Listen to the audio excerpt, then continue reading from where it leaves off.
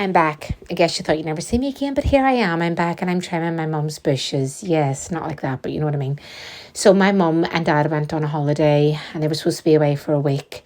And 42 hours after, they had arrived at their holiday destination, my dad took a stroke.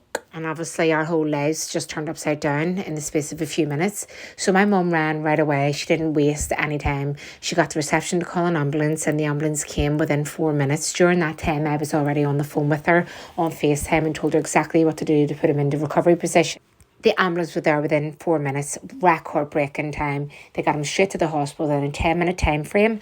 They got his first injection in, which must have been like the blood thinner, and he was placed straight away into intensive care.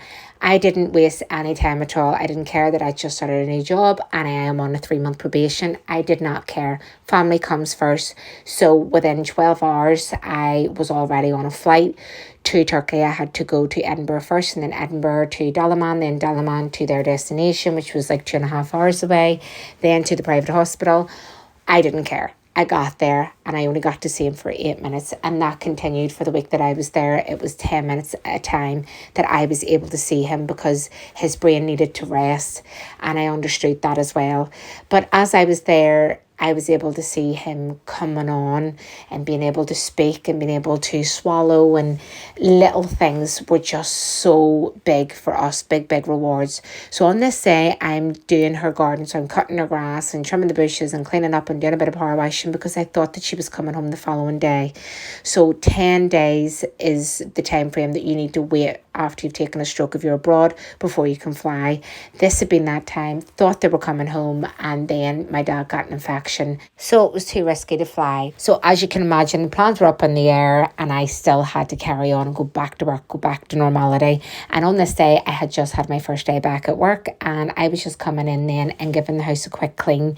And it was really just a way of just resetting the house. So I reset the house at the weekend and then I stay on top of it during the week. So as you can see, I'm doing a wee bit of dusting and a wee bit of tidying, but the house isn't that messy because I've stayed on top of it. But back to the story. So my dad's flight was cancelled, as you know, and then he had another flight rescheduled and that was cancelled. Then he had a third flight that was scheduled and my mum got sick, so that was cancelled. So we are still in limbo. But what I forgot to mention was my cousin actually lives over there, so she was up and down the hospital every day seeing my mum and dad, and she was due to have her baby, but I thought my mum would be home before she would have her baby. Well, it turns out she actually had her baby in the hospital, the exact same hospital on the exact same floor on Saturday. So I guess with every negative, there's always going to be a positive.